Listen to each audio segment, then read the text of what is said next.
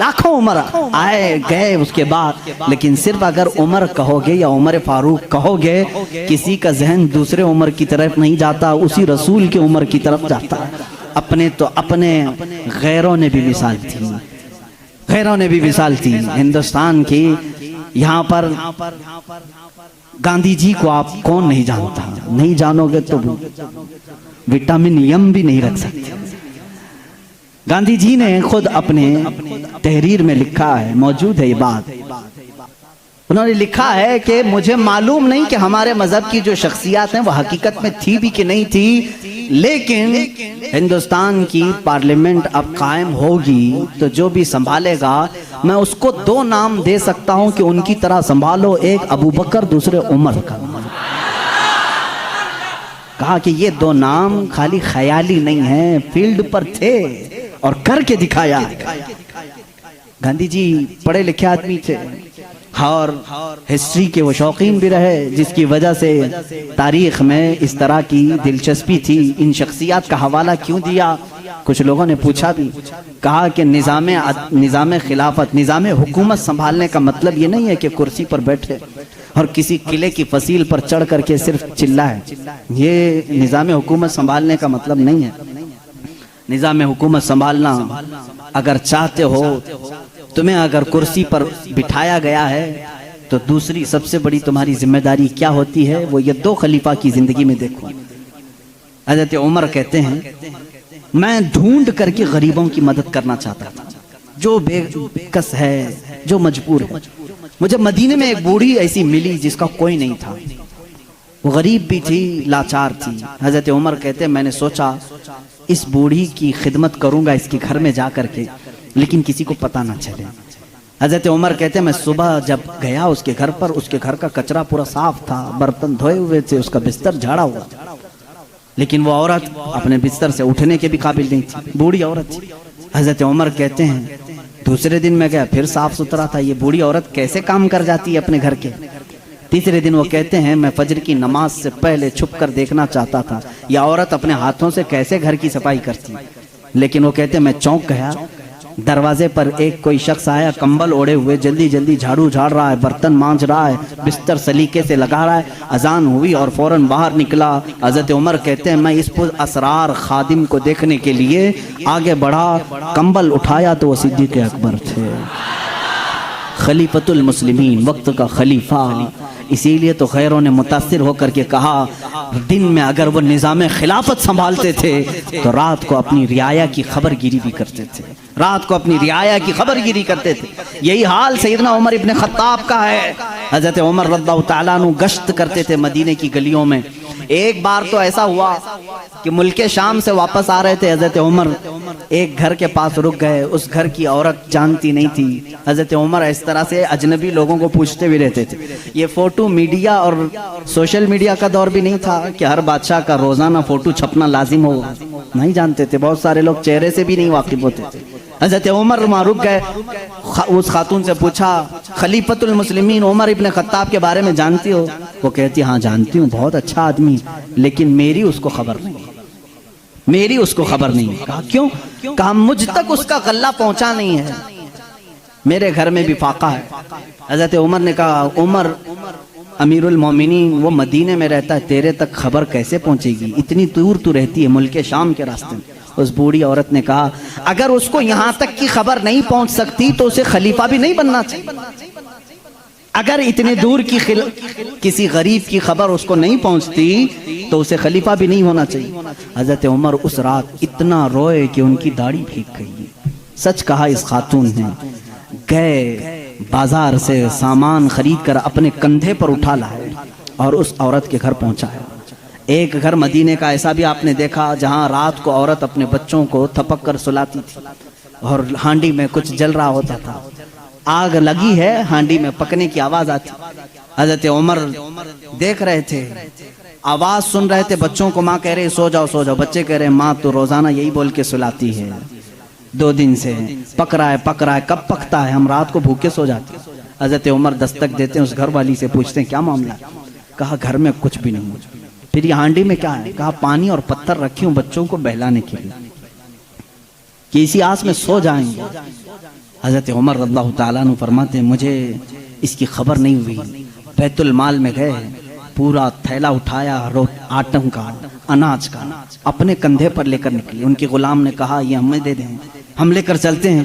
سختی سے کہا قیامت کے دن کیا تو میرے اعمال کا بوجھ اٹھا پائے گا؟ مجھے اٹھانے دے۔ لے کر کے آئے، نقاب باندھے ہوئے تھے اپنے چہرے پر۔ اس خاتون سے کہا میں روٹیاں پکاتا ہوں۔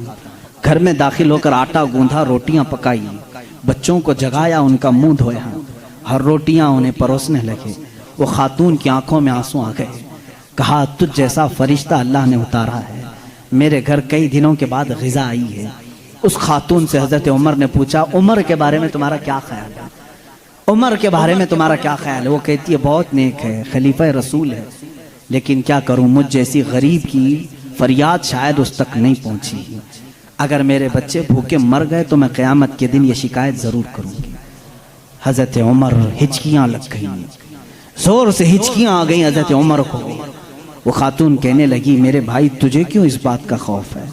تجھے کیوں اس بات کا ڈر ہے؟ تو کیوں رو رہا ہے؟ حضرت عمر جن کی آنکھیں لال ہو چکی تھی، غم کی وجہ سے بدن پہ کپ کپی تھی، نقاب ہٹایا، اس خاتون کو کہا عمر ابن خطاب میں ہی۔ وہ خاتون مچل گئی اور کہا اے رب ذوالجلال تو گواہ ہو جا، میں عمر کی یہاں پر بھی گواہی دیتا ہوں اور قیامت کے دن بھی گواہی دوں گی کہ اگر کسی غریب کی خبر گیری کوئی کر سکتا ہے تو وہ عمر ابن خطاب ہے۔ 1 سال پورے مدینے میں قحط آ گیا، وہ پورے سال تک حضرت عمر فاروق نے سالن نہیں کھایا، سالن نہیں کھایا، روٹی کو پانی میں بھگوتے تھے، کھاتے تھے۔ لوگ کہتے تھے آپ کیوں نہیں کھا رہے ہیں، آپ خلیفہ ہیں؟ کہتے تھے قحط کا دور ہے، پتہ نہیں کون بھوکا ہے اور کون کھایا ہے، میں اس وقت تک نرم نہیں کھاؤں گا جب تک میری پوری رعایا خوشحال نہ ہو جائے۔ حضرت عمر کا یہ نظام تھا، جس کے بعد حالات ایسے ہو گئے، صرف 2.5 سال کے بعد، صرف 2.5 سال کی خلافت کے بعد مدینے کے حالات یہ تھے میرے عزیزو، مدینے والے اپنی زکوٰۃ لے کر باہر آتے تھے، لینے والا کوئی نہیں تھا، زکوٰۃ لینے والا کوئی نہیں، سب زکوٰۃ دینے والے تھے۔ سیدنا عمر ابن خطاب رضی اللہ تعالیٰ عنہ نے اتنا کیپیبل کر دیا تھا، حضرت معاذ بن جبل یمن سے وہاں کا مال غنیمت مدینے میں بھیجتے ہیں حضرت عمر کے پاس کہ مدینے کے غربا اور مساکین میں یہ بانٹ دیں، بہت مال آیا تھا۔ حضرت عمر نے وہ زکوٰۃ کے مال کو حضرت معاذ بن جبل پر یہ کہہ کر کے واپس کر دیا مدینے میں اب کوئی فقیر نہیں رہ گیا، سب زکوٰۃ نکالتے ہیں، اس کا کوئی مستحق نہیں، یمن میں ہی بانٹ دو۔ حضرت معاذ نے پھر دوبارہ بھیجا کہ یمن میں بھی کوئی فقیر باقی نہیں ہے، جو تھے ان کو بانٹنے کے بعد یہ بھیجا گیا ہے۔ حضرت عمر نے وہ مال دور کے کسی ملک بھیجا جہاں فقراء و مساکین تھے۔ یہ نظام عدل اگر کوئی قائم کر سکتا ہے تو وہ عمر ابن خطاب ہے رضی اللہ تعالیٰ عنہ۔ اور جانتے ہیں پوری کائنات کے لیے، پوری دنیا کے لیے حضرت عمر کے وہ کام جو آج بھی دنیا ان کی پیاسی ہے، اور پارلیمنٹ کے لا بنانے والوں کے لیے میرا چیلنج ہے، عمر ابن خطاب کے بنائے ہوئے قوانین کو چھوڑ کر آج پوری دنیا کی کسی پارلیمنٹ میں مکمل لا کوئی بنا ہی نہیں سکے گا، اس لیے کہ جرائم کے قوانین، بچوں کے قوانین، عورتوں کے قوانین، بوڑھوں کے قوانین، سب کے قوانین سب سے پہلے حضرت عمر فاروق نے مرتب کیے۔ اور جانتے ہیں یہ لے آؤٹ بنانے والا سسٹم، ڈیولپ کرنے والا سسٹم، سٹی بنانے کا پلان سیدنا عمر فاروق کا دیا ہوا ہے۔ سب سے پہلے بصرہ اور کوفہ آپ نے بنایا تھا، یعنی ماسٹر پلاننگ کے ساتھ سٹی بنائی گئی۔ روڈ بنانے کا سب سے پہلا کام حضرت عمر فاروق نے کیا ہے۔ تاریخ سب سے پہلے حضرت عمر فاروق نے قائم کی۔ بیت المال کا نظام سب سے پہلے حضرت عمر نے قائم کیا ہے۔ مسجدوں کے مؤذن اور مسجدوں کے اماموں کے لیے تنخواہ کا سسٹم حضرت عمر فاروق نے قائم کیا ہے۔ اور اتنا ہی نہیں، عدل کا حال تو ایسا تھا کہ کسی کے ساتھ کوئی رعایت نہیں، کسی کے ساتھ کوئی رعایت نہیں، چاہے وہ کوئی بھی ہو۔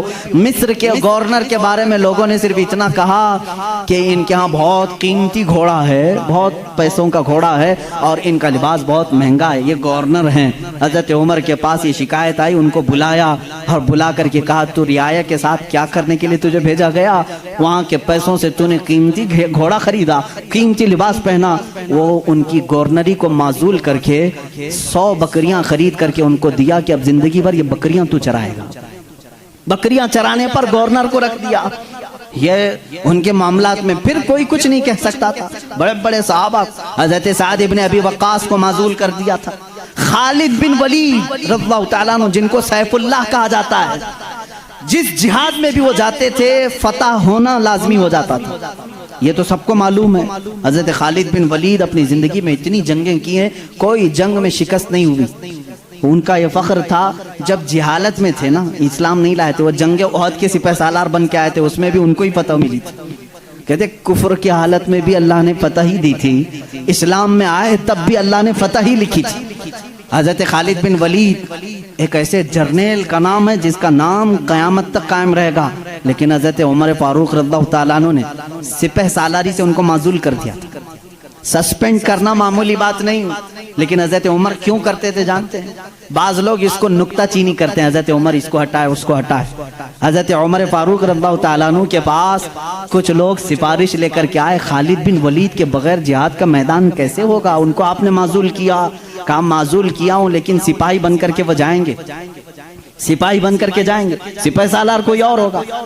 صحابہ نے پوچھا اس فیصلے کو لینے میں کوئی حکمت ہے امیر المومنین؟ اللہ اللہ, توکل دیکھیں. امیر المومنین نے کہا ہاں ضرور حکمت ہے. میں مسلمانوں کو یہ بتانا چاہتا ہوں کہ کوئی جہاد, کوئی جنگ خالد بن ولید کی وجہ سے فتح نہیں ہوتی, اللہ کی مدد سے ہوتی ہے. سارے لوگ یہ ڈیپینڈ ہو کر کے نہ بیٹھ جائیں کہ اسی کی وجہ سے ہوتی ہے. میں اس اصول کو توڑنا چاہتا ہوں, فتح جو ملتی ہے وہ اللہ کی طرف سے ہوتی ہے. یہ یقین دینا تھا, بس اس لیے میں نے معزول کیا ہے.